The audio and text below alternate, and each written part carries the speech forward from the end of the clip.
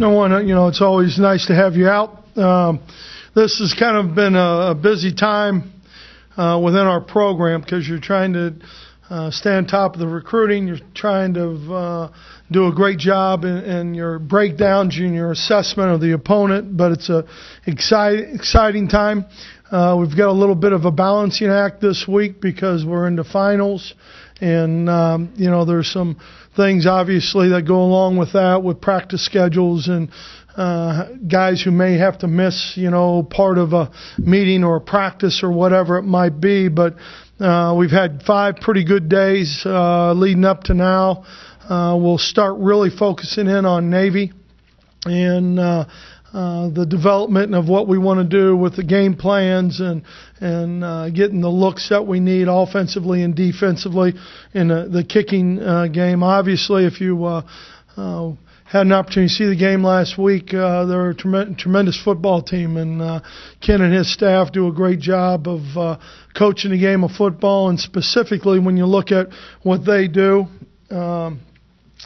We'll have our work cut out for us. They've lost 3 games, I think by a total of 14 points this year.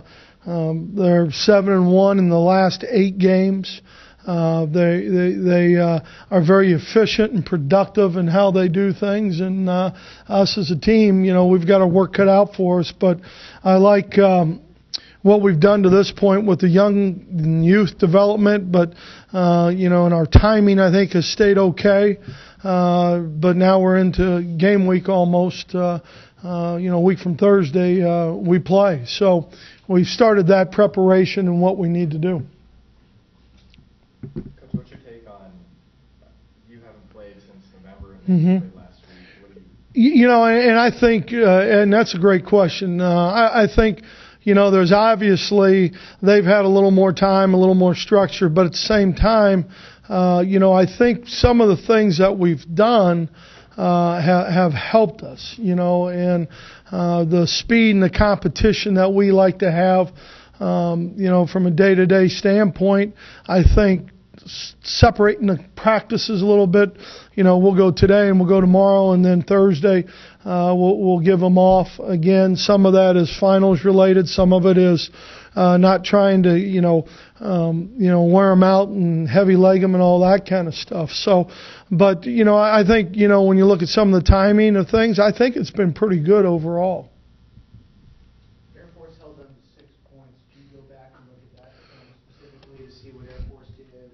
Well, you do. I mean, I think you always look at teams who've played them well, and schematically, and, with this, the triple option and the true triple with what they do, you see a lot of different schemes that people try and present to them. So, and you look at Army, they run the same offense basically. And in watching the game, one of the commentators said the coaches both loved it because all week they got to prepare against their own offense. And so, I think you look at that stuff, and sometimes, I think we did that our first year when we played Navy.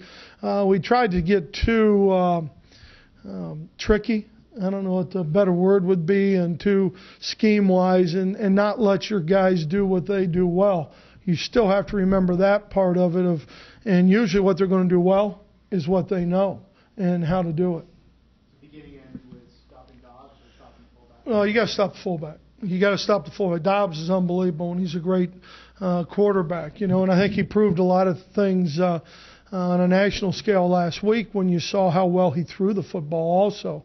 And so, but you've got to stop the fullback, from, either after the fake and he doesn't have it or whatever the read is, he's going to get down the field and cut your linebackers or cut your alley players. So you've got to stop him.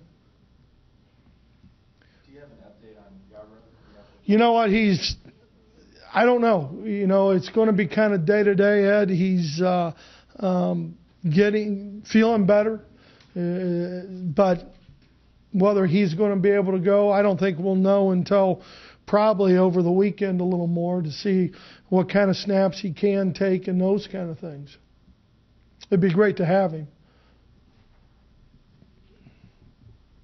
Coach, do you notice any difference play in military schools, is there any difference in the discipline of those athletes compared to other schools? I don't know. And believe me, we have all the respect in the world, for those kids and the programs themselves, but I think you can see that at a lot of schools, and so that part of it, John, I think.